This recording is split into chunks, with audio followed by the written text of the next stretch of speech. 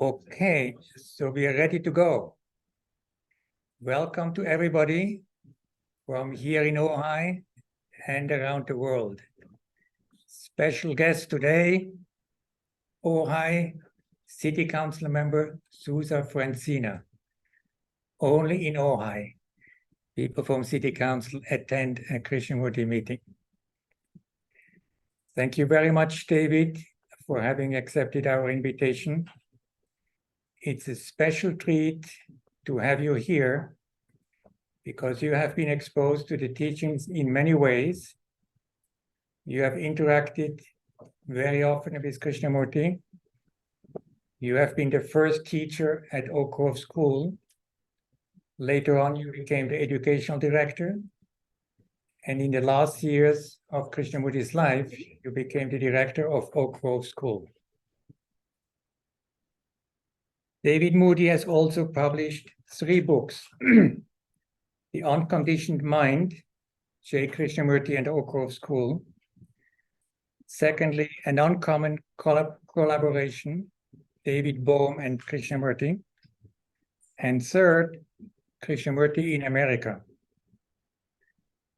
I actually started reading this book recently. It's absolutely fascinating. I especially recommend the chapter on the man from Seattle. Mm-hmm. What would he say when he comes to Ojai and wants to know about Krishnamurti? Maybe David speaks more about that later on. Mm-hmm. David Moody also a PhD in education, and even after so many years, he remains deeply engaged in the study of Krishnamurti's work. Today's topic he has chosen is the originality of Krishnamurti and why Krishnamurti is not the Buddha. Quite an intriguing topic, so we'll see what he has to say about it. Now, here's the format of today's meeting. So David will speak about 30 minutes about this topic, and then everybody can ask questions about the topic. And then in the second part, we will do a short interview with David Moody, not related to this topic, and then everybody can ask questions again. And then those who are here in Ojai, they're welcome to have an Indian lunch catered by Madhibel's wife. Thank you. Now it's up to David. Thanks again for coming, David. And the floor is yours. Okay. Thank you very much, Ulrich, for your very kind introduction. And if I may just correct one minor point, I'm afraid my talk, I can't limit it to 30 minutes. It's going to be closer to 40 minutes. I warned Ulrich of this a couple of times, and I know he wants me to keep it to 30 minutes, but I don't know. So, yes, anyway, thank you all for coming today. It's such a lovely day in Ojai, the perfect setting, Ojai Retreat, for a talk like this. So, in this talk, I would like to address 2 questions, 2 issues, and the 2 issues are related to one another. They both have to do with the overall impact or effect of Krishnamurti and his teachings in the world at large. And the first question that I want to address is based on the assumption or the fact that Krishnamurti is not very well known in the world today. The situation might be different, I think, in India, but at least in the Western world, it seems that most people have little or no awareness today of who Krishnamurti was or what he was all about.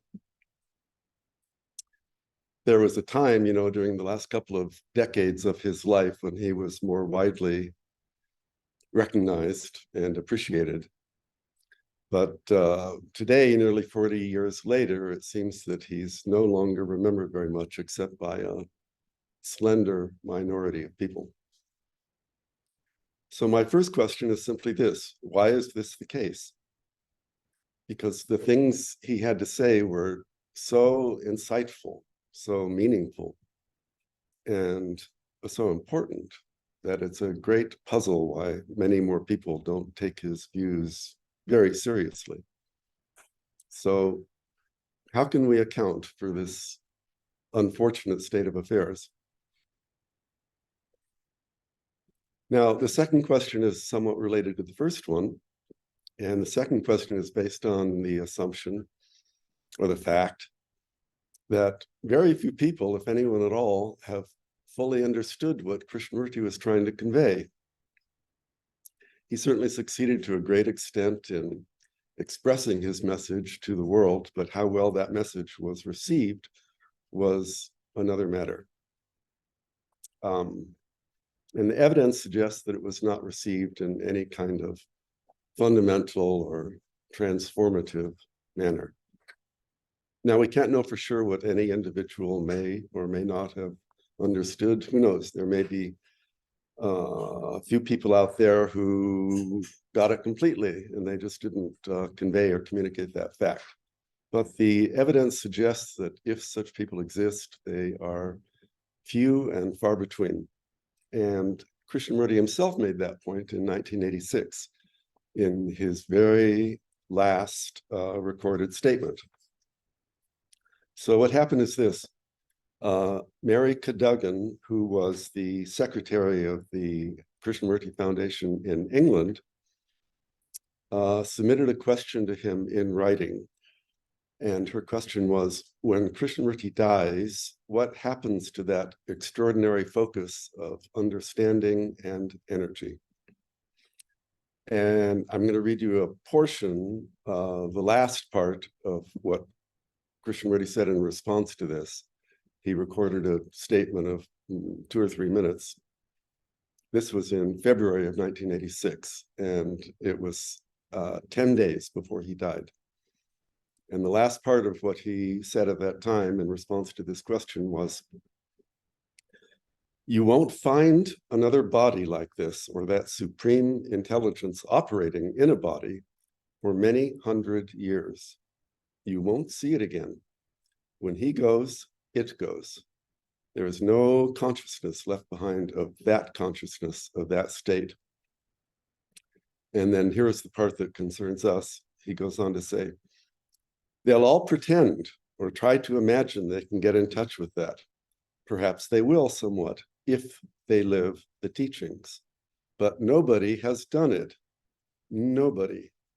And so that's that. Perhaps they will somewhat if they live the teachings, but nobody has done it. Nobody."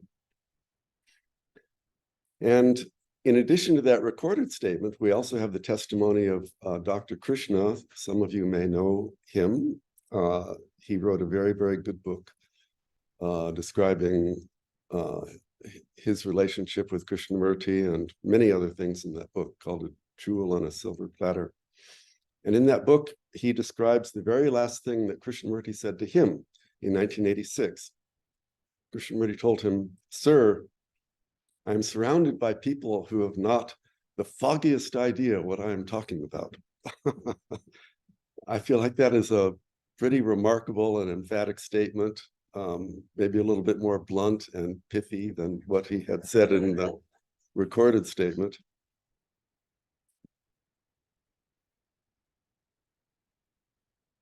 I am surrounded by people who haven't the foggiest idea of what I am talking about.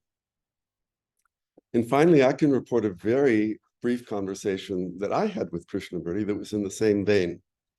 And this also took place in the final weeks of his life, when he was pretty much confined to his bed in Pine Cottage in Ojai. And at that time, I was serving as director of the Oak Grove School. And so my wife and I had been given living quarters in Arya Vihara, which is the ranch-style house located on the same property as Pine Cottage, where Krishnamurti was staying. And of course, I knew about his condition at that time. And So gradually I learned how to figure out how to visit him in these circumstances. Somehow I figured out how to time it just right so that I could go very quietly through the front door of the house without knocking or disturbing anyone, and kind of tiptoe down the hallway to Krishnamurti's room. And I did this probably half a dozen times during the last few weeks of his life. And this gave me the opportunity to check in with him, not only in my role as director of the school, but also as a friend. And I usually found him alone in his room, awake and perfectly happy to talk for a short period of time. And on one of those occasions, I raised the question, how come no one has fully understood what you're trying to say? Now, this occurred before the recorded statement he had made had come out, probably before it was even recorded. And I certainly hadn't heard what Krishnamurti had said to Dr. Krishna on this subject. And yet, I considered it to be a fact, even at that time, that no one had fully understood him. And more importantly, he himself was completely unsurprised by my question. You know, he didn't say, you know, what are you talking about, or what makes you think no one has understood, or anything of that kind. On the contrary, he accepted the question as if it was based on a fairly obvious fact. And his answer was also very important. And I can't remember his exact words, so I'm just paraphrasing here, but he said that no one had fully absorbed or taken in the whole of his teaching. And this answer made sense to me because it coincided with my own experience. I'd always felt like certain parts of the teaching were very clear, very powerful and compelling. And yet there were other parts that remained obscure, or maybe something I could understand as an idea, but didn't really see the truth of for myself. So to say that no one had taken in the whole of it seemed like an important clue as to why no one had understood him more deeply. In any case, this is the basis for my second question today. I want to ask, what is the reason that no one has been fully transformed by their study of the teachings? So these are my two questions. Why is Krishnamurti not more widely appreciated and recognized in the world at large? And even among those who have studied the teachings, some people for many years, why has no one fully grasped what he was trying to say? So what I'm going to suggest is this. One of the reasons, perhaps the main reason, that Krishnamurti's teaching is not more widely appreciated is because the nature of his work and who he was have been fundamentally misunderstood. At least in the Western world, the very name Krishnamurti, you know, evokes images of a guru or perhaps a mystical figure who's pursuing some kind of esoteric, otherworldly state of mind. And this image is reinforced by the picture of someone from India sitting on a platform talking to crowds of people about anything associated with spirituality or consciousness. So all of this puts Krishnamurti into a rather narrow category, a kind of pigeonhole that has little to do with what he's actually talking about. And the epitome of this point of view, it seems to me, is to say that Krishnamurti is similar to or related to or somehow reminiscent of the Buddha. I recently enrolled in an online course sponsored by the Krishnamurti Foundation, in which almost half the readings for the entire course are taken from a book whose sole purpose was to compare Krishnamurti with Buddhism. And you can see this kind of thing in many other places as well. I mentioned a minute ago Dr. Krishna's very good book, A Jewel on a Silver Platter. And that book has an introduction that was written by the very well-known speaker, Ravi Ravindra, professor of physics and philosophy, And in the very first sentence of the introduction that he wrote, he says that many people regard Krishnamurti as, and I'm quoting, the embodiment of Buddha consciousness. So that's the very first thing you read in the first line if you open up Dr. Krishna's book. Now, I'd like to suggest this kind of comparison interferes with understanding Krishnamurti. In my view, he and his work are something new and original that has not been seen in the world before. And we don't know how to deal with that. We're not prepared for it. So we look for predecessors who represent a certain type that somehow corresponds with Krishnamurti. But if you examine the depth and scope of his total contribution, I think in the end, you'll agree that he has done something unlike anything that's ever been done before. And until you put aside all your preconceptions, until you approach his work as something really new and original, then I feel that the image of the Buddha or any other preconception will only block you from understanding what he's trying to say. So, there's the famous verse from Ecclesiastes that says, "Vanity of vanities, all is vanity, and there is no new thing under the sun." But I'm going to try to show you that Krishnamurti's teaching is indeed something new under the sun. But in order to see this, we have to look at the entire scope of Krishnamurti's work. We have to do as he suggested in his comment to me and look at the whole of it. So I'm going to take the view from 30,000 feet and try to look at the entire scope and structure of the teachings. And that's not an easy thing to do because the subject matter of the teachings is all-encompassing. It includes all of life. So in order to simplify things somewhat, I'm going to use the metaphor of a building, a 4-story building. And through that metaphor, I'm going to try to show you how all the components of the teaching fit together and form a unified whole.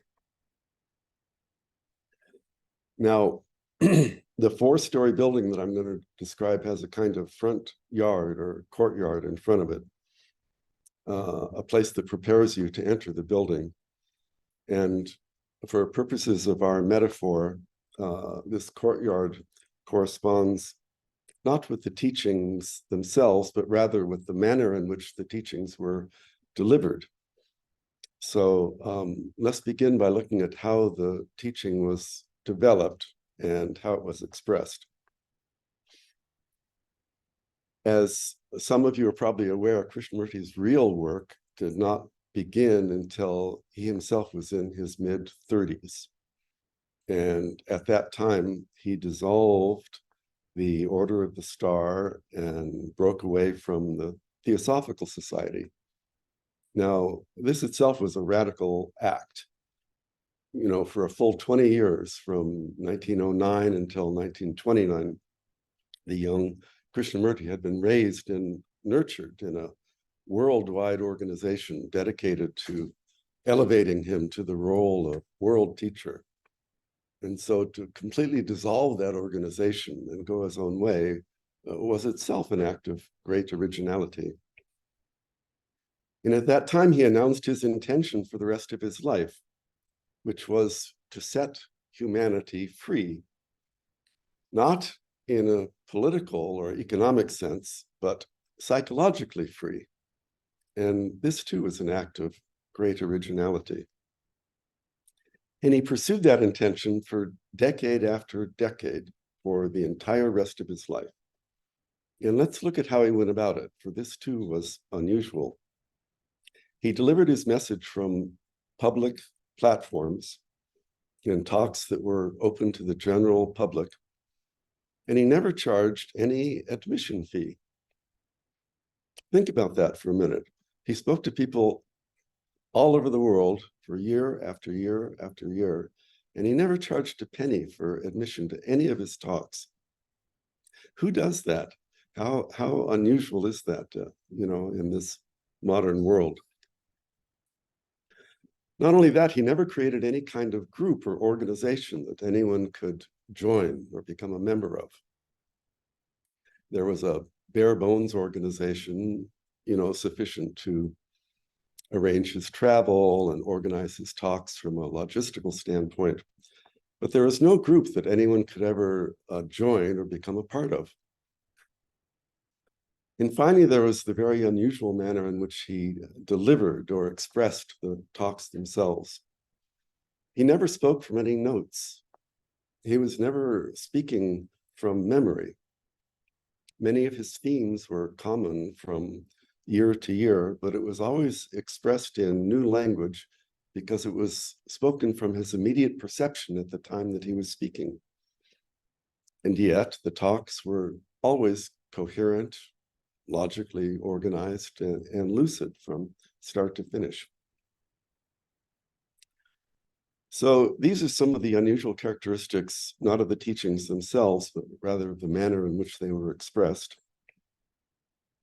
So now let's look at the building itself, the 4-story edifice that corresponds with the substance of his subject matter.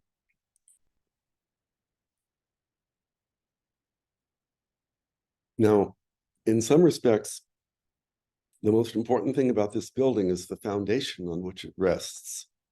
That's where we will find some of the most original elements of his philosophy.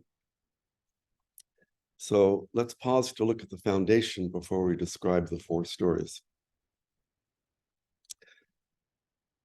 A great deal of Krishnamurti's work arises from the fact that he is examining consciousness at a deeper level than most of us commonly do. And let me explain what I mean by that. Our society is filled with knowledge and ideas and beliefs of every kind on every possible subject. But all of this knowledge, all these ideas and beliefs consist of various forms of thought. They're all conveyed through the process of thinking. And most of us take the process of thinking for granted. We're concerned with the products of thought, with the specific content of one idea or another. But we rarely give any attention to the basic characteristics of thought itself.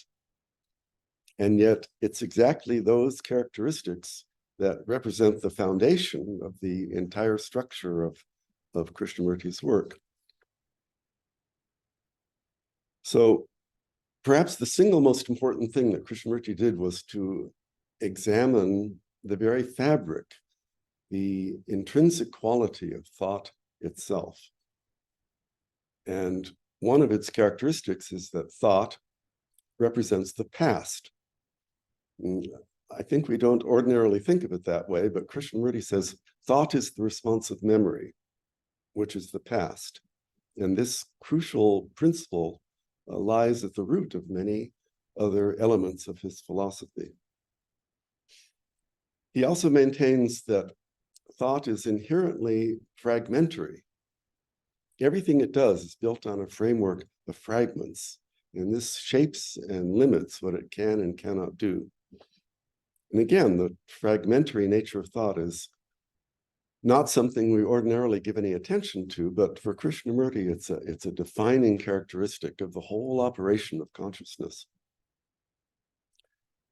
So he described several other crucial characteristics of thought, such as that thought is always limited in scope, and thought is a mechanical process, and it's a material process. And we don't have time to examine any one of these statements, but each one represents something profound, a profound insight with far-reaching consequences.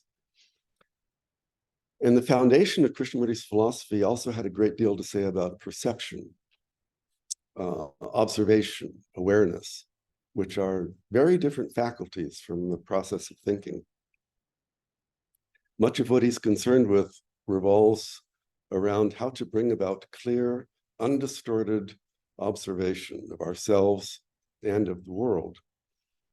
And that kind of clear observation requires understanding the relationship between thought and observation. So these basic principles underlie all the other elements of his work. And this is what I mean by saying he examines consciousness at a deeper level than most of us commonly do.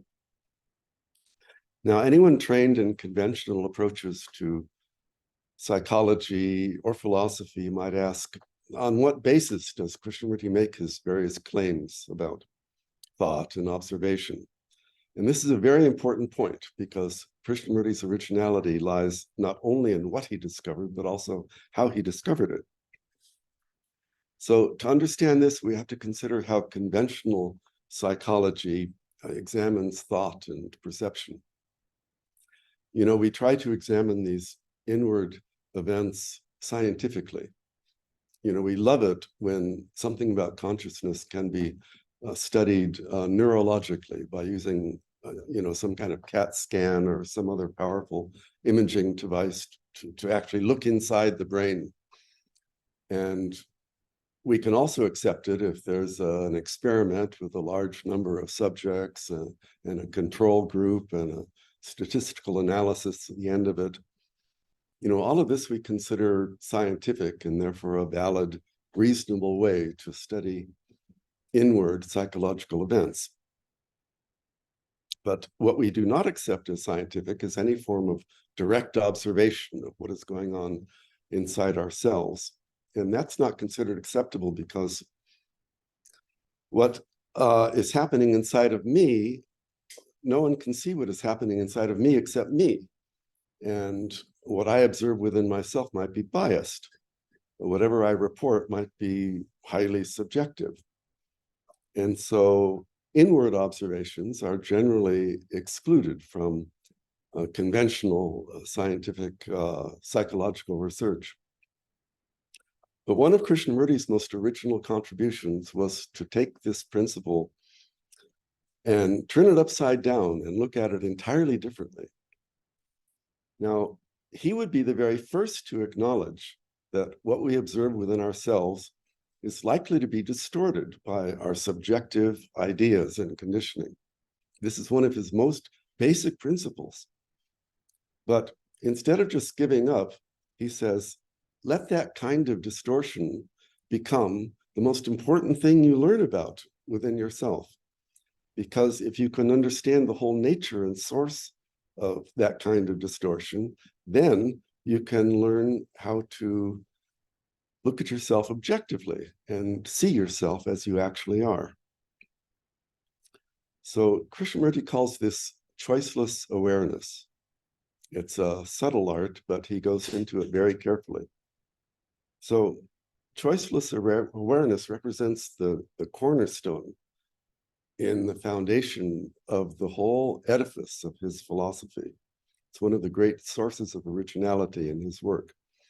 And it's a principle that enables and facilitates many of the other elements of his philosophy. Now, please bear in mind that we've touched only very, very lightly on the foundational principles of his work. Each one of the principles that we've mentioned, such as thought is the past or thought is fragmentary, is really something profound and deserves a great deal more attention than we've given it here. But we're trying to get a glimpse of the whole structure of Krishnamurti's work. So we have to just mention these things very briefly and then move on. So now let's look at the first floor of the building that is a metaphor for Krishnamurti's work. And that is the floor that corresponds with you, the basic qualities that make up you yourself psychologically during the course of your daily life. And among the qualities of daily life are things like fear and pleasure and sorrow, and all of our motivations, including the motivation to become someone more or better than what we are. You know, our psychological life is also shaped by our conditioning, by all the things that we have been taught or absorbed by family and school and the media and society in general.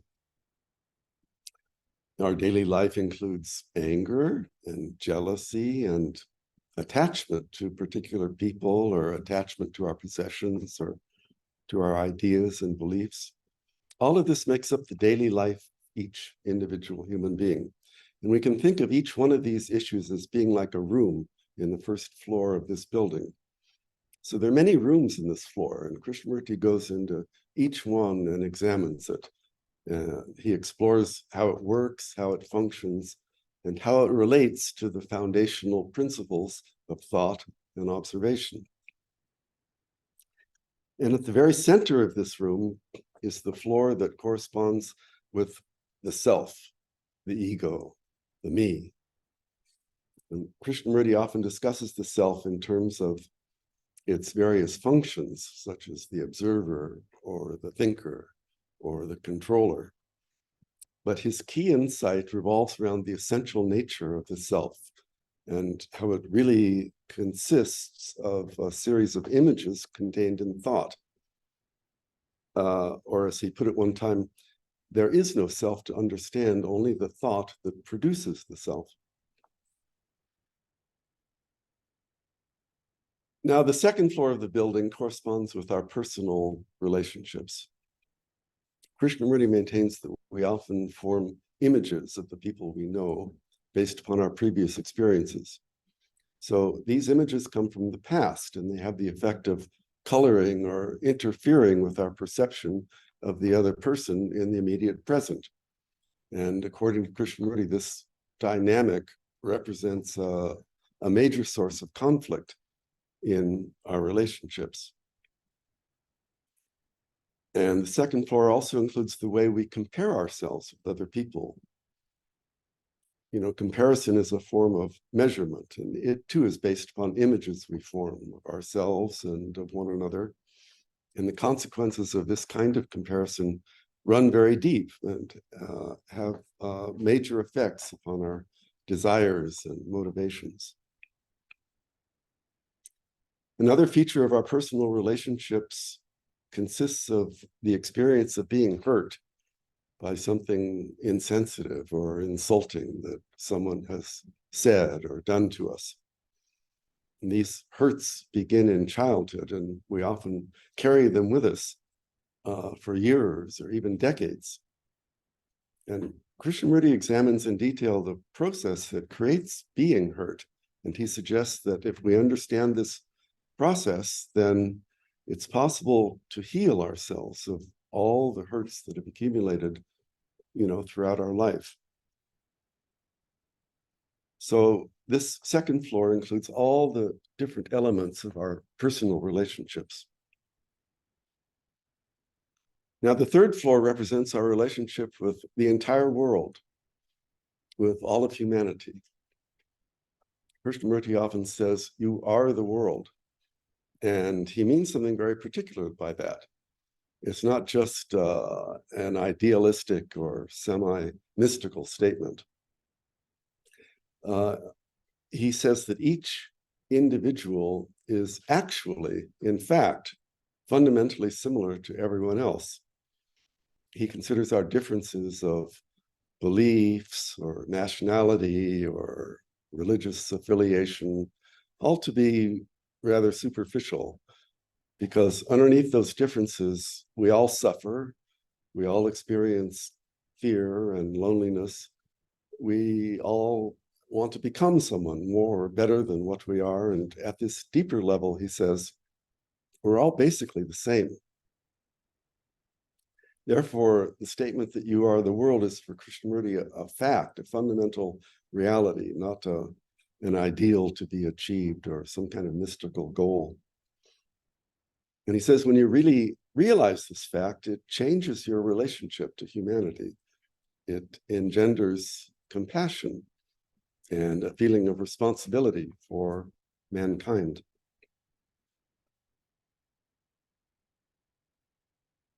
So finally, we come to the fourth floor, the top story of this building. And here we arrive at a place that lies beyond the individual and our personal relationships or our relationship with the world.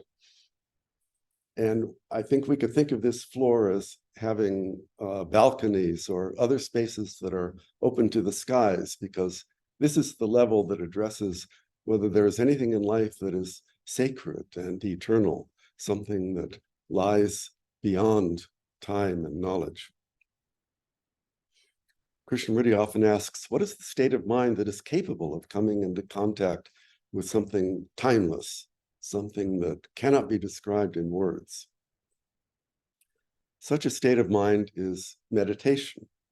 And here again, his point of view is highly unusual, or he maintains that there is not, and there never can be, any kind of method or system of practice to bring about the mind in meditation.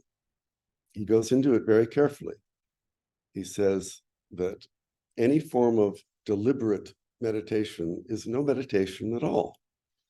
And where there is what he calls the meditator, that is the inward sense of me who is meditating, he says there is no actual meditation. He says to bring about meditation requires above all a quiet mind, but not a mind that is forced or made to be quiet by an idea or a method or a goal to be achieved. Instead, it's something that comes about spontaneously when you understand the nature of the thinking process and the limitations of thought. And so the foundations of this building, the basic characteristics of thought and observation, are just as important, just as relevant at this fourth floor as they are at all the other levels of the building.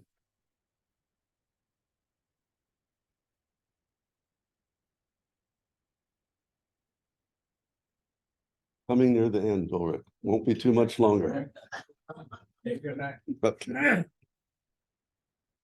now, probably some of you have studied Krishnamurti, maybe for a number of years, and you may have noticed there are some topics that we haven't touched upon at all. And that's not because these topics are less important, but rather because they don't fit very well into the framework of the four-story building, because these are topics that run through all the levels of Krishnamurti's teaching. So I think of these as being like pillars of the building. Each pillar has its base in the foundational principles of thought and observation, but then it rises up through all the other levels. So I'm going to mention 7 topics that represent pillars of this kind. And these are truth, freedom, conflict, order, time, love, and death. And so these topics are all, somewhat familiar to us, but Krishnamurti shines a new and original light on each one of them. We don't have time to go into any detail, but I'll just mention very briefly a few of his insights into a few of these pillars. So when he dissolved the Order of the Star in 1929, Krishnamurti famously said, "Truth is a pathless land." You cannot organize truth, he said. You cannot capture it in any set of ideas or ideology or philosophy or organized religion. He said, truth is a matter of immediate perception, and it cannot be contained in thought. At that time, Krishnamurti also said that his purpose in life was to set human beings unconditionally free. And what he meant by that was psychological freedom, the freedom to observe and understand ourselves without the imposition of psychological authority or social conditioning. We usually think of freedom differently as the freedom to choose or to do what we like. But Krishnamurti put freedom into an entirely different context. And the understanding of conflict is another one of the pillars of his teaching. Krishnamurti said, where there is division, there must be conflict. He called that a law, and he showed how that illuminates our inward conflicts as well as conflict in our personal relationships and in the world as a whole. So I have to skip over time and order and love and death because these pillars are too subtle to be captured at all in just a few sentences. But in each case, he examines these issues as well in a way that is highly unusual, if not entirely original. So this completes our description of the actual teachings. We have the front yard that corresponds with how they were expressed and delivered. We have the foundation corresponding to basic principles of thought and observation. And then we have the four stories of your individual state of mind, your personal relationships, your relationship with the world, and finding the possibility of something beyond time and knowledge. And then we have the 7 pillars that connect the foundation with all the other levels.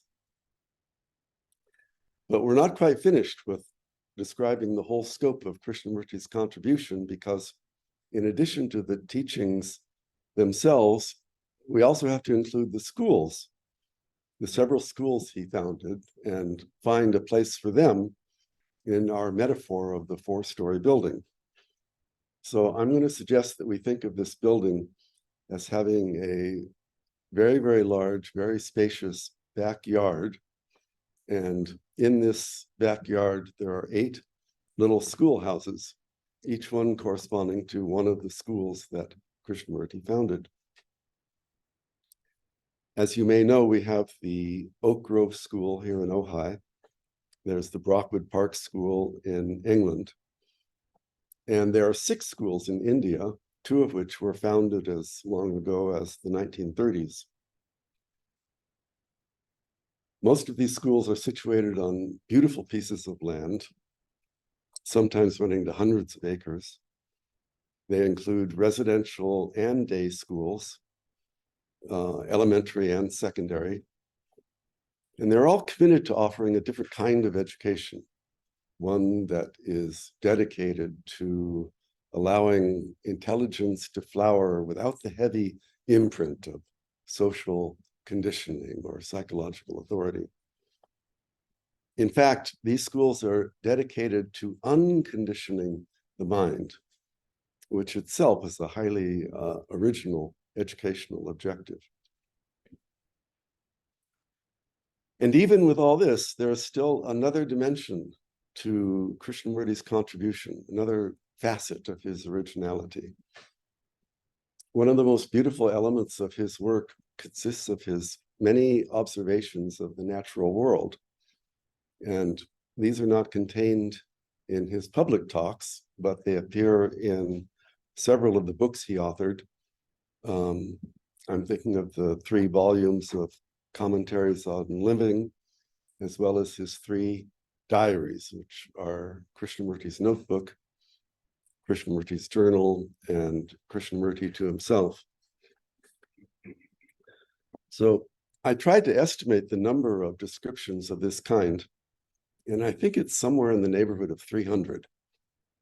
And each one consists of several paragraphs describing clouds, rivers, sunsets, trees, mountains, boulders, and many different kinds of wildlife.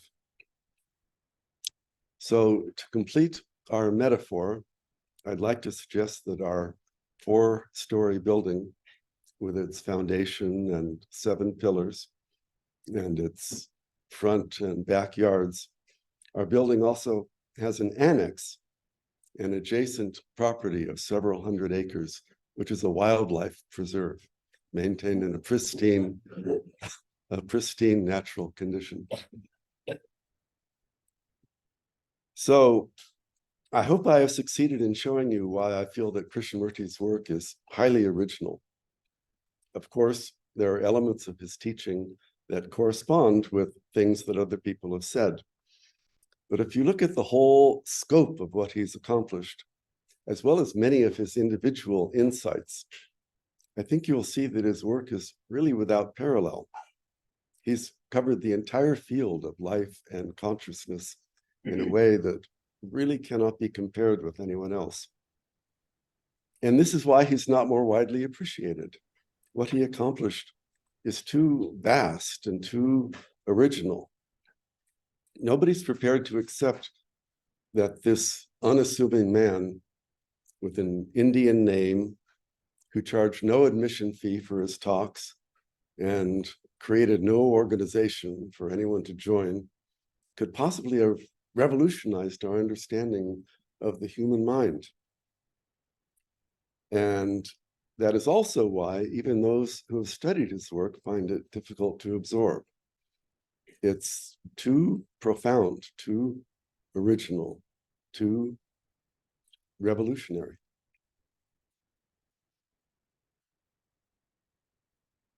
That's it, Ulrich. The floor is yours. Thank you, David. All right. Thank you. Thank you very much. Thank you. You succeeded in keeping it to 40 minutes, as you told. Oh, good, good. It wasn't easy. I had to cut a lot of paragraphs. May I ask a question? Can you hear me? Over? Before we go to the questions, I just would like to add one thing to David's talk, and that is he gave once a talk in, I think it was San Diego. He was talking, he closed his eyes, and then suddenly he looked at the audience and he asked, does anybody understand anything? He looked at everybody. He said, no, but it doesn't matter. Oh. Maybe in 50 years, somebody will understand something. Mhm. And he went on talking. Mhm. So I just wanted to add that nice anecdote. Mhm. So now we're going to the questions. Please, one question per person, and you can have a follow-up question if needed. So, I'm just wondering what happened to the question of why Krishnamurti is not the Buddha, which is the subtitle of this talk.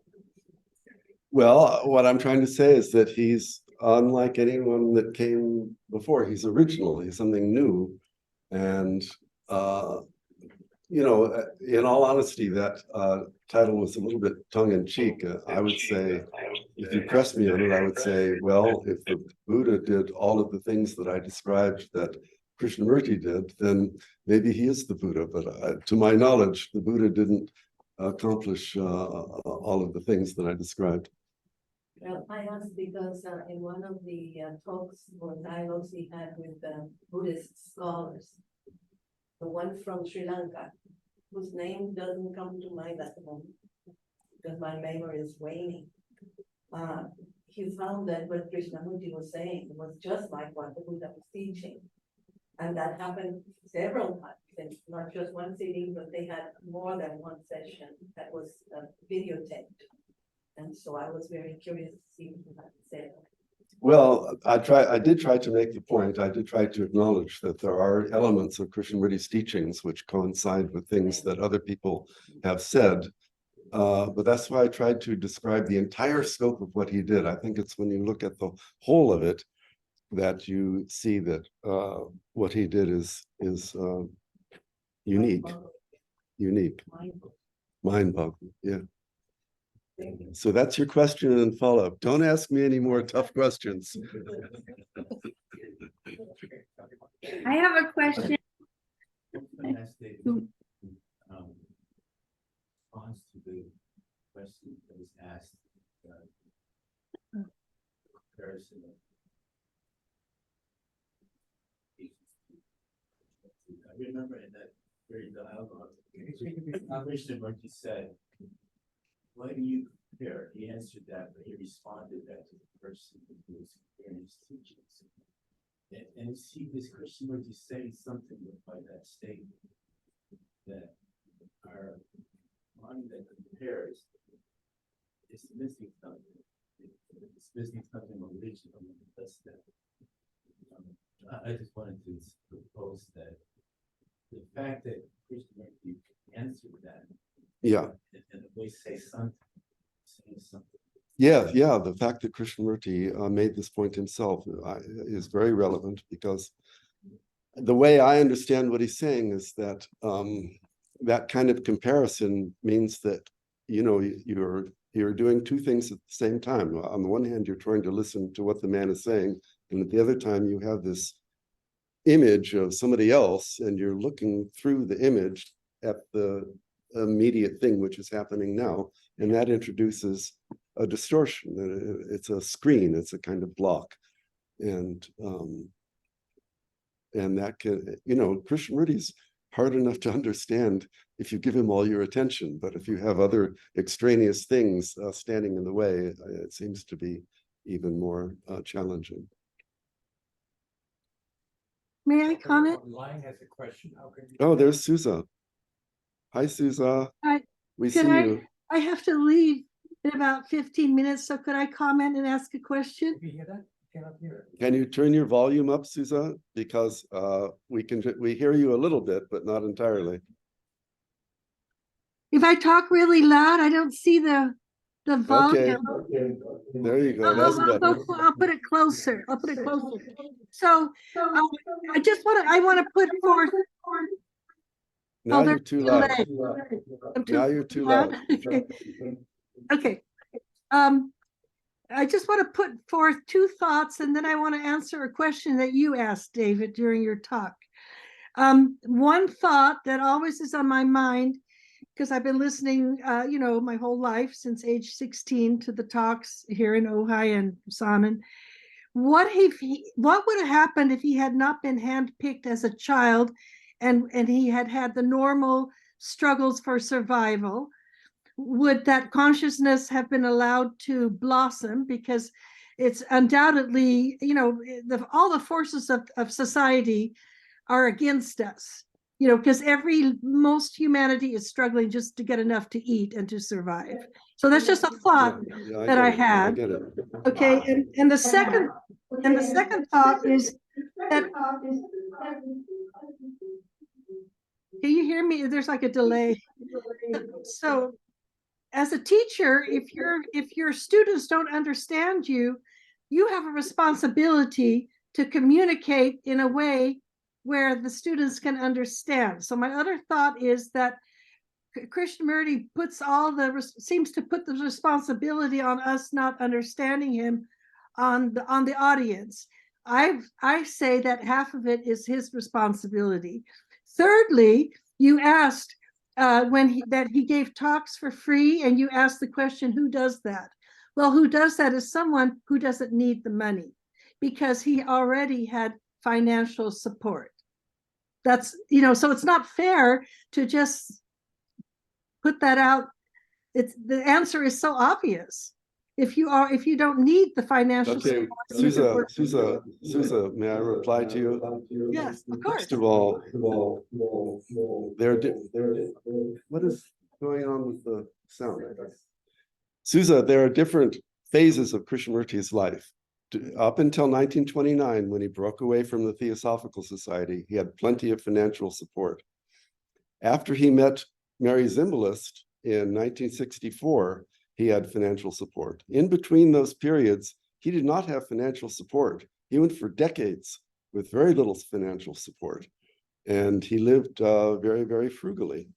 That's one point. Another point is, what would have happened to him if he had had the ordinary challenges that most of us have? And I don't know the answer to that question, but I do know that he attempted to answer it, which is, so, you know, most of his appreciation for his early years revolved around Annie Besant. It wasn't that he loved the Theosophical Society or Leadbeater or the Order of the Star. He loved Annie Besant, and he considered her to be very important in his upbringing. And he felt like if she had not been part of it, this is what he said. He said that he feels like he would eventually have become something similar to what he was, but it would have taken longer and been more challenging. That's what he said when he asked. Okay, so you've used up all your questions plus an extra one, so that's it. You have Nina question. Okay, Nina. David. so wonderful to get to catch your talk this morning. It was unexpected, but I know we have a lot of echo happening back there. But the question I have is about whether or not, in your experience, did Krishnamurti ever refer to the schools as progressive, or is it just that they happen to be progressive? You know, is that like backwards sort of thinking and framing it now? You know, like Oak Grove will say we're a progressive school, which I sometimes take issue with for reasons I won't go into now. But as far as you know, did he ever use that word to describe the schools, the backyard, so to speak, of this structure that you so eloquently explained? Second. Yeah. What's happening here? So I need you to pause before you answer, and then I have to unmute you, and like you have to unmute you, and then I have to mute her so that they don't bounce back. So that little icon in the bottom left. So can I speak now? Yeah. So you're on Okay. now, but like when she's speaking, I have to mute you. So Okay. Okay. So look, I had many conversations with Krishnamurti. A lot of these have not just me, but the teaching staff. I was in probably 100 meetings with teachers. Never heard him use the word progressive to describe the school or the kind of education that he was. I also never heard him, that I recall, use the word holistic. That's another word which is very commonly used to kind of categorize the schools that he developed. And so that doesn't mean the schools are not progressive. It doesn't mean the schools are not holistic. It's just that he didn't put them in that category. And I kind of think that he might have shied away from putting them in those categories. But I don't know, that's my speculation. Anyway, you get a follow-up question if you have one. Well, does it have to be related to my first question? Because there was something that you said about there is no self to understand, only the thought that creates the self. I'm sorry, I might be butchering that, but it was something along those lines, and it just stood out to me as, can we unpack that a little bit? Yes, that statement really stood out to me as well. I wish I could give you the exact source of it. I think it might be contained in the book Beginnings of Learning. It's part of a longer passage. You know, I have it at home and I could tell you the exact source of it. He's talking about meditation in general. And the whole passage is 2 or 3 long paragraphs, quite interesting. If you want to email me, or you could also go to my website, and there's a contact form there that you could reach me, and I would be happy to track that down and refer you to the whole passage in which that statement comes out. Yes, a very good passage. I will do that. Thank you so much, David. Here's one. Yes. Sorry, David, can you tell me once again, when you asked Krishnamurti, why did you say that? Yeah.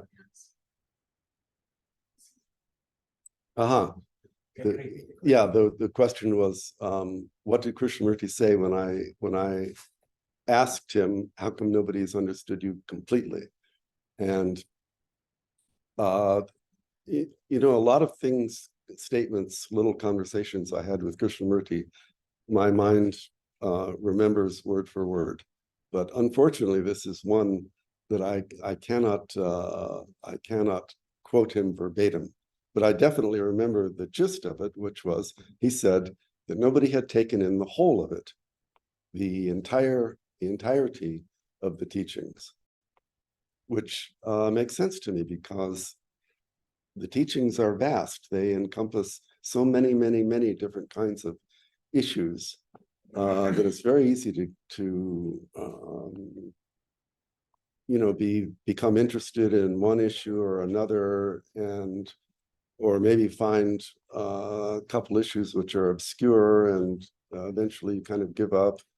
And so it's easy for me to see that very likely no one had taken in the whole of it. Even I have to say, I tremendously admire the work that David Bohm did in expressing his understanding of the same kind of issues that Krishnamurti raised.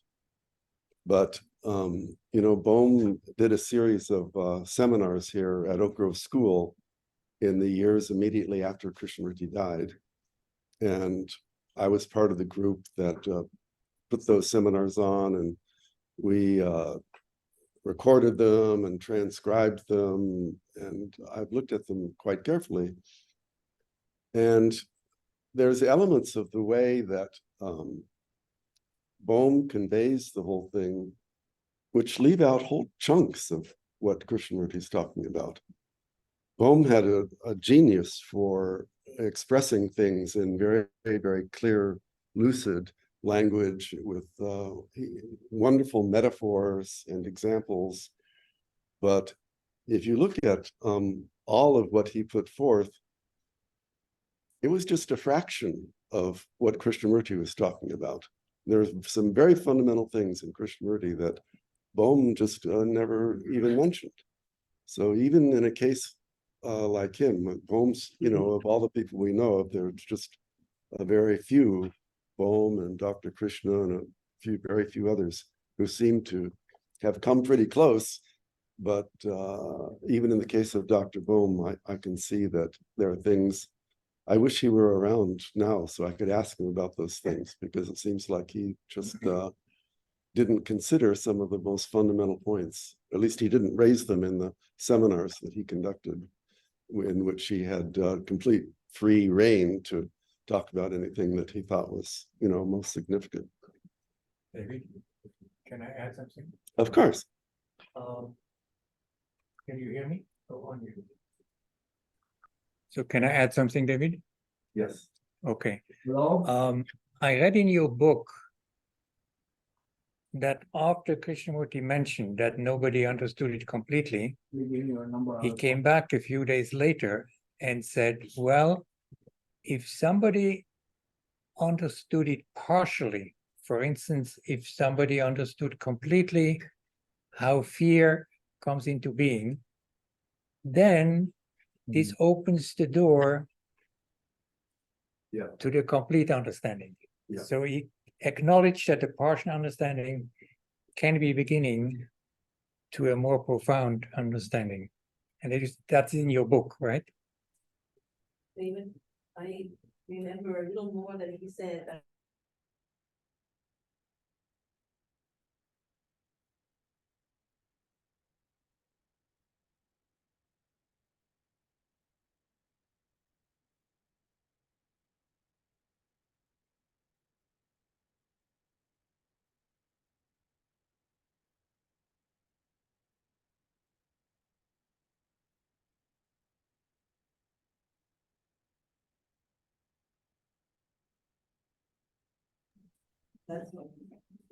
That reflects how much they care for each other.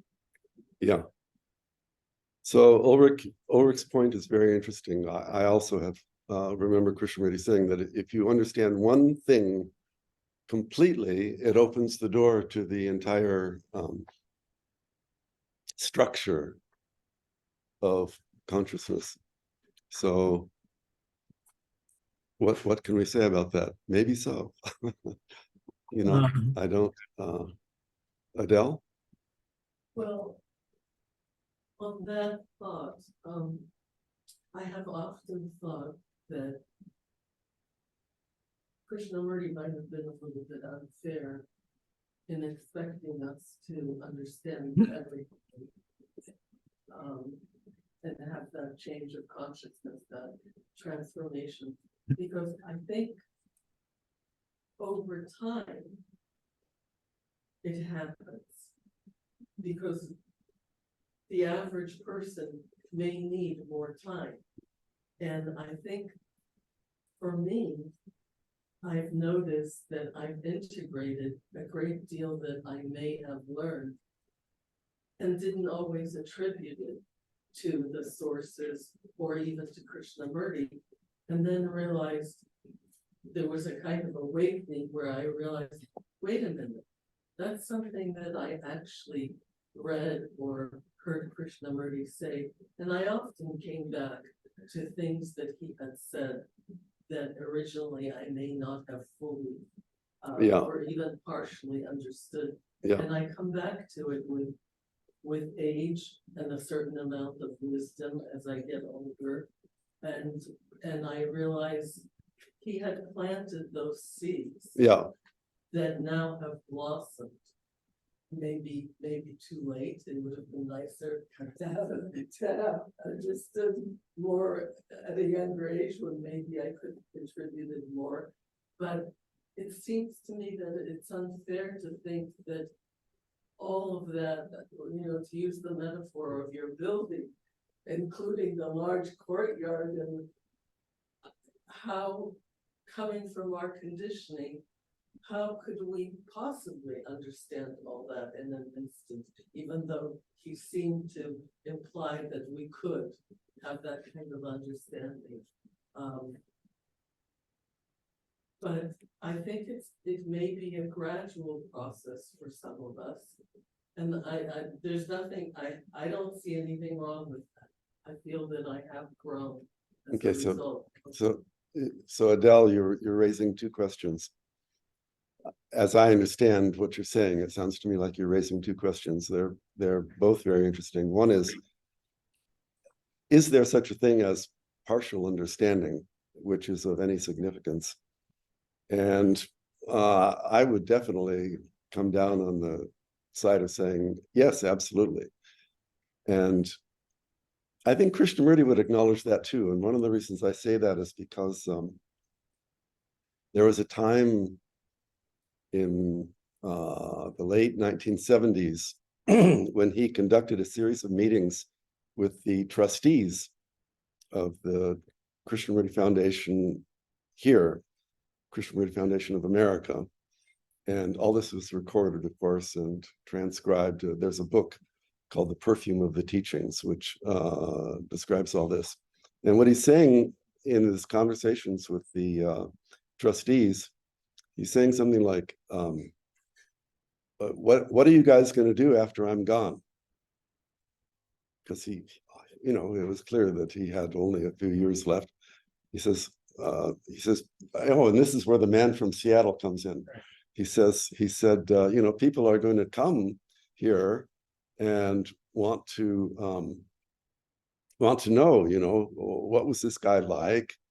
What were your interactions with him like? And did he say anything that you really found useful or meaningful? And if so, what was it? That was the man from Seattle, he called it. He kind of epitomized what he anticipated might be many people coming, and he challenged the trustees to answer, how are you going to deal with that man? What will you say to him? And if you read those transcripts, you can't help but be a little bit concerned at how little the trustees seem to be able to say, yes, I could explain this, or I could explain that, or they all seem to be kind of at a loss and caught a little flat-footed as to how they would respond. But anyway, the point I'm really trying to make is that he was allowing for the possibility that people could understand certain things, maybe not get the whole of it, but understand certain things, and that was significant enough that they would then be in a position to convey that to the man from Seattle or anybody else who came inquiring. Now, that's one point. The second point you raised, you kind of mixed them together, but that's all right, has to do with time. And this is a very crucial thing because Krishnamurti, he talks in terms of two different kinds of time. One is what we think of as time, which he called chronological time, which is what you measure by a watch or a calendar. But he says there's another kind of time, which he feels, which he calls psychological time. And he feels like that's really a thing which is happening to us psychologically, that we're not fully aware that we're using what he calls psychological time, but it really dominates our life in more ways than we know. And what it consists of is a kind of postponement or a kind of thinking in terms of gradualness. And he is trying to say that if you think in those terms, I'll get it tomorrow, I'll study this tomorrow, it doesn't come that way. If it comes like this. But so you don't get it by, if you think in terms of the future, you're postponing. And it's that postponement which blocks you. I haven't explained this very well, but it's a rough idea of what he's getting at. Could I follow up? So your one follow-up question, there you go.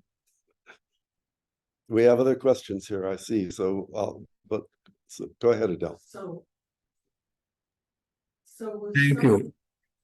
My question is this, that would you kindly give more details on why Krishnamurti is not...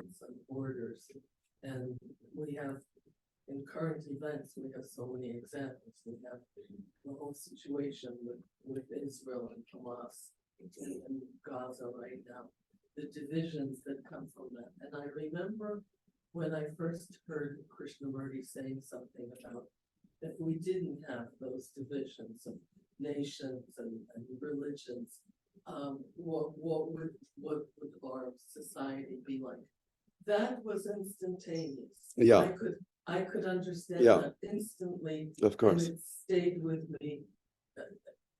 I understood something solidly. Yeah. But other things are more subtle. Yeah. And he opened those doors.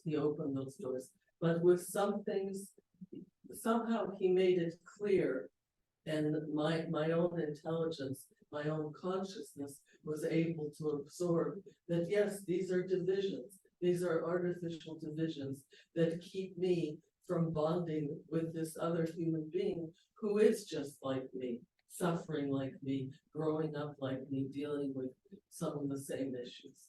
So I would say those are, for me, those were two different things. Yeah, thank you. But thank you for clarifying the thing with time, psychological time, because that's very important. Do we want to bring in, we have another man here who wants to say something. Take one more question.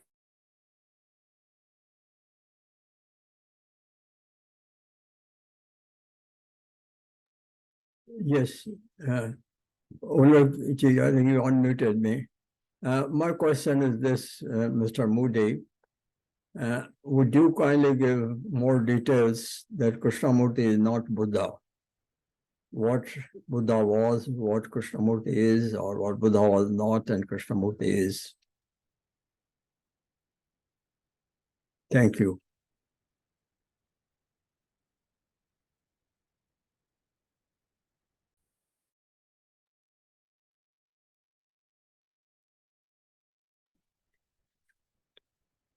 Look, here's what I'm trying to say. When I said Krishnamurti is not the Buddha, it was a little bit tongue-in-cheek, okay? What I'm trying to say is that Krishnamurti accomplished so much.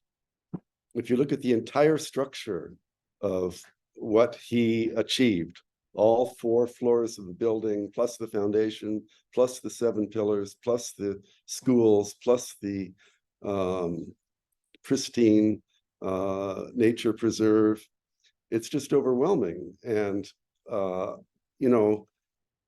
if you can show me that the Buddha did all that, then I will concede the point and say, okay, the Buddha equaled Krishnamurti. But other than that, I say no, Krishnamurti is unique, because not so much from any particular thing he said, although he said many particular things which were very original, but more from the perspective of the entire scope of what he accomplished.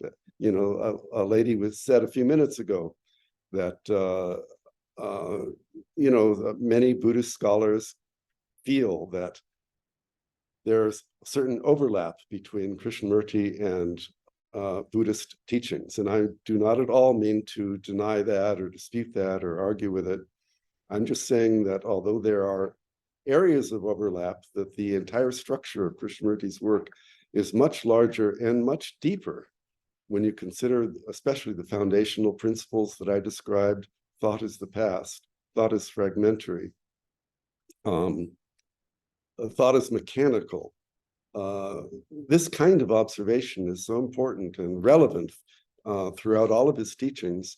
And I don't know, maybe the Buddha said all those things too, but if he did, I'm not aware of it. Thank you. Okay, thank you, David. So let's start now with the second part, because we are late, I'm sorry. So we said the second part will be a kind of interview with David about the teachings and his own life and his understanding. So I would like to start with a few questions. How did the teachings affect your life?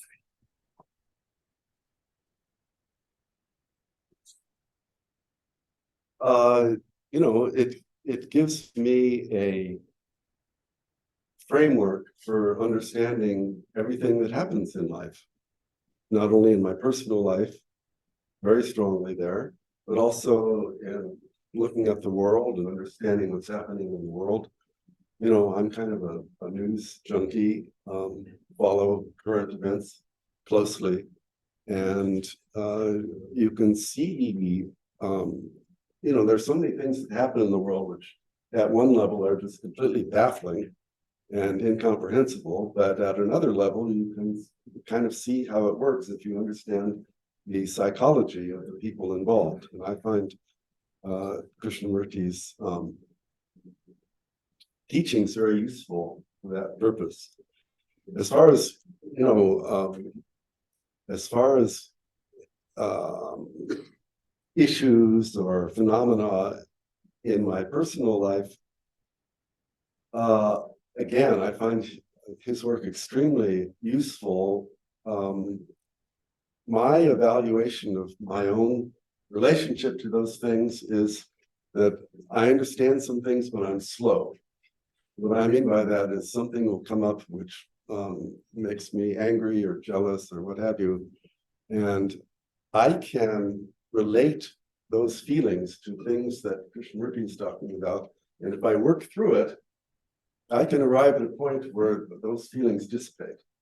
But it takes me a while. It's not like fast. I have to look at the thing carefully and go slowly, and you know, something changes as a result of that. Okay. Second question. Krishnamurti says at one time, don't make a problem of anything. How do you understand that? And can you do it? That's interesting. Yeah, don't make a problem. Don't make a problem of anything. Yeah, I would say that's one of the things which is a little bit obscure to me. But you know, Krishnamurti has this idea of, you know, he says a problem is something thrown at you. What he means by that is, you know, a challenge. Life throws things at you that you don't expect. And, you know, his approach in general is, whatever it is, give it your complete attention. And I think his view is something like, if you give it your complete attention, it doesn't become a problem. Problem is something that stays with you, and you continue to mull it over and try to look at it from different angles, and et cetera, et cetera. But if you give it your full attention, you can kind of see through it or resolve it in some way. I think he's saying something along those lines, but I would put that in the category of things that I'm still trying to understand more fully what he's getting at. Third question. Are there points you disagree with Krishnamurti? And if yes, what is it? What did you say? I didn't hear. are there points that he disagrees with Krishnamurti? Oh, disagree? You know, nothing. I wouldn't say so. You know, that there are certainly, you know, even though I studied Krishnamurti for years, if I pick up a book and read a talk or a dialogue or something, he's always saying something new. He's always saying something that is unexpected that I haven't taken into account before. And very often, those are things which I'm like, I'm not sure about that. But I don't just disagree with him. I just reserve judgment. I say, I'm not sure. I have to explore that. I don't think I can't think of a thing that he said where I thought it over and I looked at it and I finally decided, no, he's wrong. It doesn't work that way for me. But there are plenty of things, as I say, that I find confusing or mysterious or takes more looking at in order to grasp. Okay. Next question. As you worked many years in the school, Oko school, did you see any effect on Krishnamurti's teachings on the consciousness of the students and teachers? You know, the short answer to that is not really. I don't think so. We tried to create a space in which a place that was really safe for students in a deep sense, and maybe that psychologically safe space allows something to happen. It's not as though we planted seeds, I think, which had some predictable result. I think that what we did that was beneficial, and you remember, this is the very, very early years of the school. The Okra school today has become something quite different. But in these early years of the school, I think what we did is more along the lines of creating a space in which the awakening of intelligence, a phrase that he liked to use, or the flowering of intelligence might become possible. So it was more like the absence of negative impact, negative conditioning. Because we didn't compare students with one another. We didn't insist that they measure up to some preconceived standard. We would encourage them and create conditions for their growth and achievement. But we tried to create an atmosphere that was more conducive to the kind of state of mind that he was talking about. Any other questions? Yes. Yeah, would you elaborate just a little bit on the pristine nature reserve?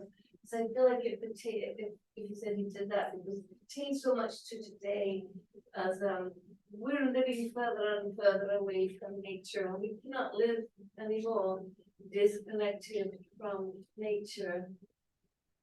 I would like to hear a little bit more. Okay, so I may have misled you slightly. I didn't mean to say that Krishnamurti actually created a pristine nature reserve, although I'm sure he would have loved to do so. But I was just trying to use that concept as, he also didn't create a 4-story building. So the whole thing is just my metaphor for trying to explain what he did do. What he did in fact do, which was almost as good as the nature preserve, was he made these descriptions of things he had seen in the natural world. And the descriptions, as I said, I think there must be in the neighborhood of 300 of them. And each one, I wanted to read one of them to you all, but I knew that Ulrich wanted me to keep it to 40 minutes. So that was one of the things I had to cut out. But each one is just exquisite. And, the thing about these nature descriptions is they're written from memory. They must be, because, he describes something that he saw while he's on a mountain path, somewhere, and maybe there was a rattlesnake or a rabbit or something that he saw.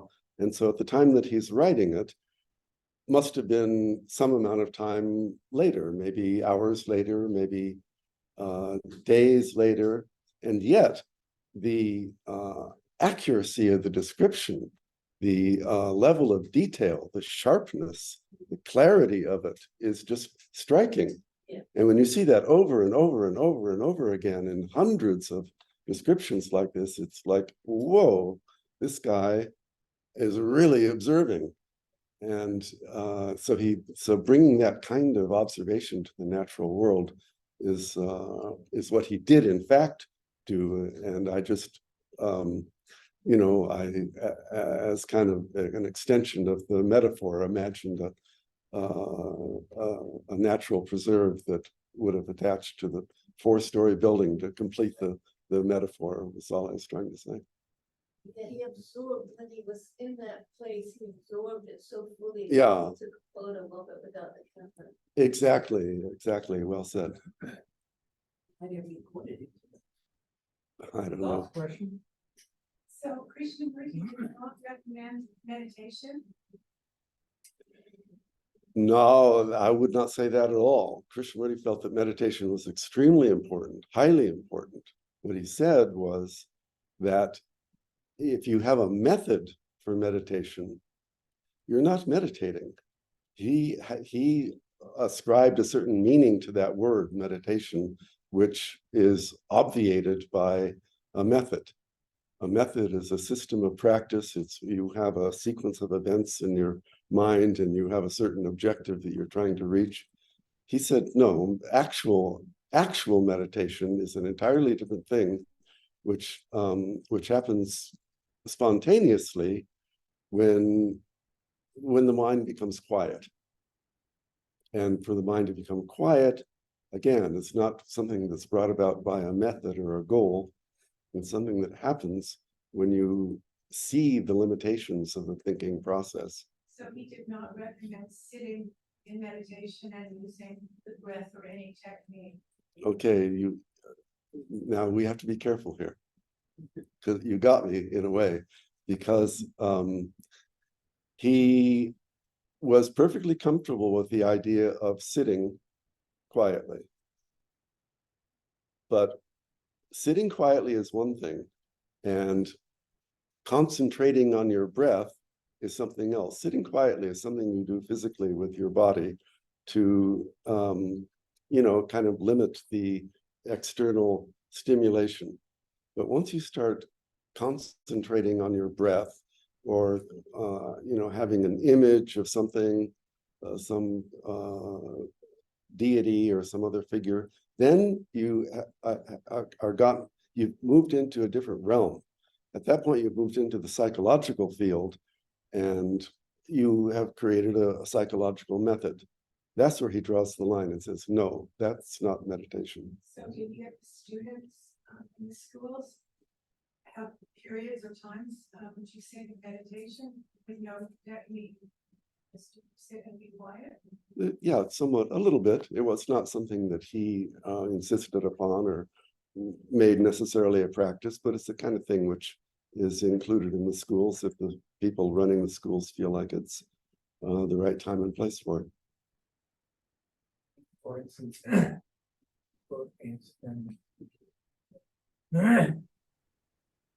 instance, in Rishi Valley, when I was visiting, every day at the end of the day, students and teachers were sitting outside looking at the mountains and the skies, and were absolutely quiet for quite a long time. They could close their eyes or not close their eyes, observing nature, observing inside.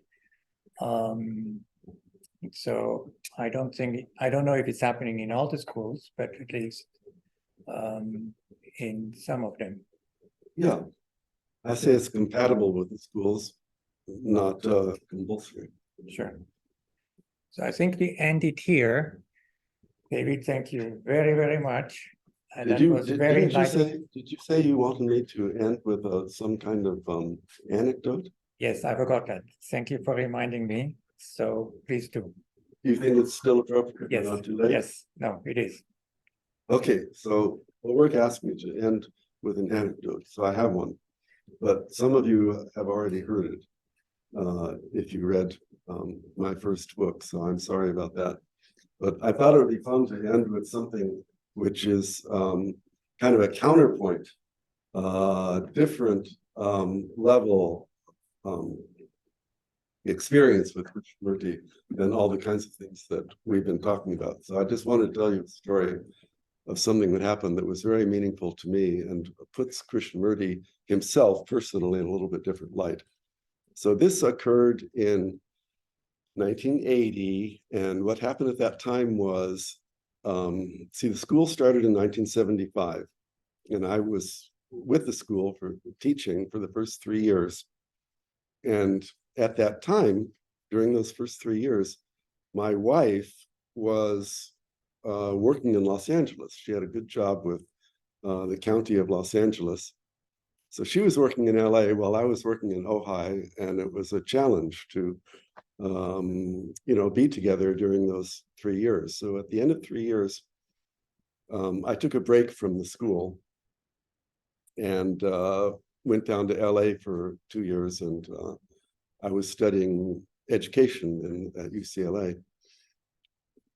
But then at the end of that period, so now we're looking at the end of 5 years of the school, I was ready to come back. And at that time, Krishnamurti had asked me to become like co-director of the school. And so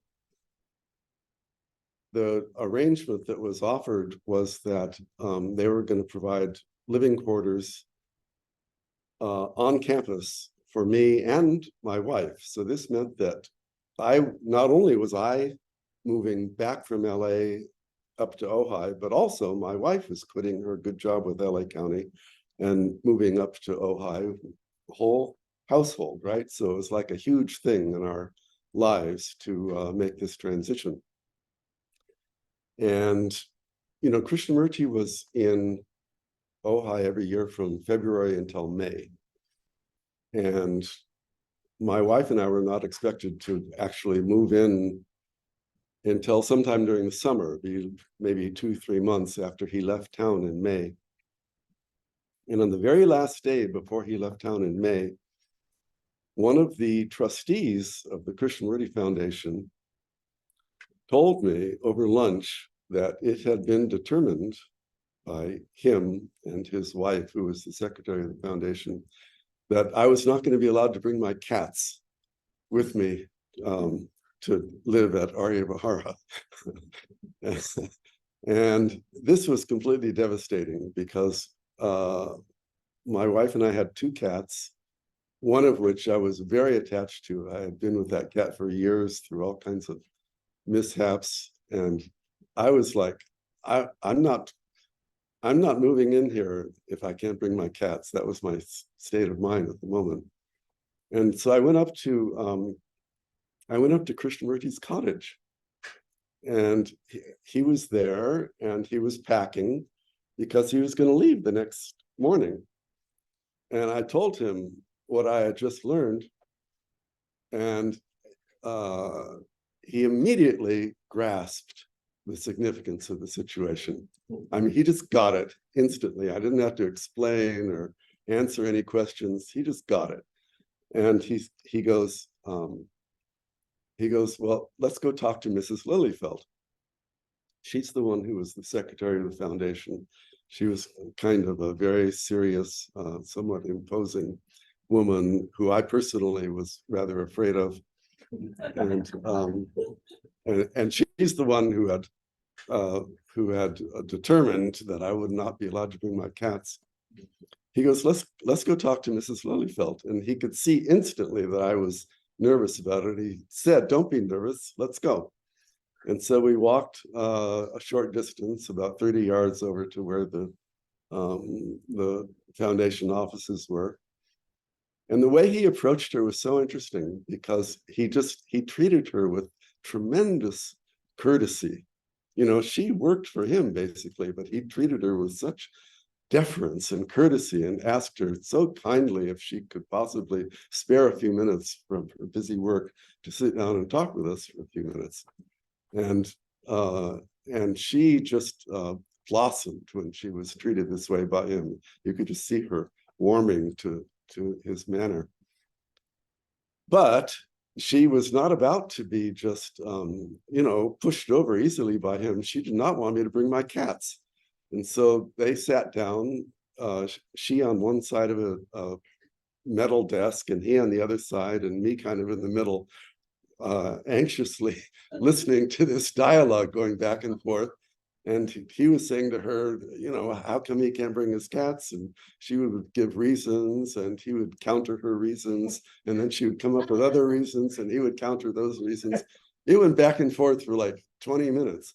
But it was scary for me, but it was also interesting because it was a very logical dialogue. It was very factual.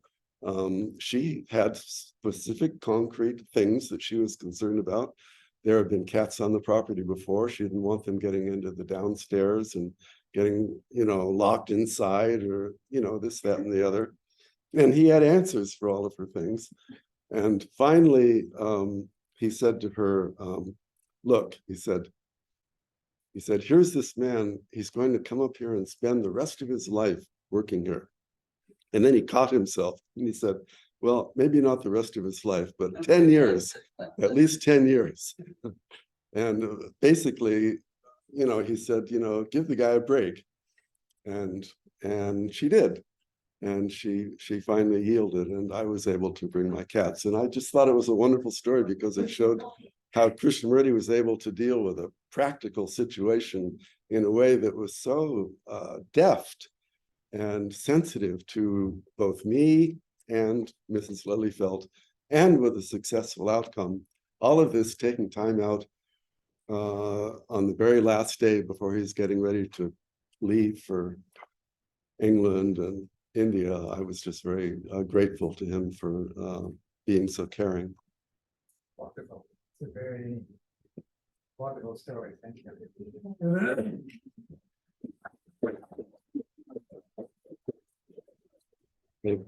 Thank you. Yes. I just have 3 quick announcements to make. First, David's 3 books are here for sale, $20 each. Second announcement, the next talk and interview will be by Pablo Sender on Krishnamurti and Theosophy, Searching for Truth. And Pablo is somebody who's interested in Krishnamurti and in Theosophy, so that will be very, very interesting, I think. Last announcement, we are not quite like Krishnamurti, who never ask for money, and the talk is free. However, we suggest a donation of $10 each if you can, because to organize a talk like this costs about $300. You have to pay staff because not everybody is volunteering. You have to pay the marketing person, etc. So the only person who were volunteering was David and myself, but all the other persons have to be paid. So if you can make a small donation, we would very much appreciate. And thanks again all for attending, and thanks especially for David. It was a wonderful talk. Really good. Thank you. Thank you so much. Thank you all for Thank you. having me.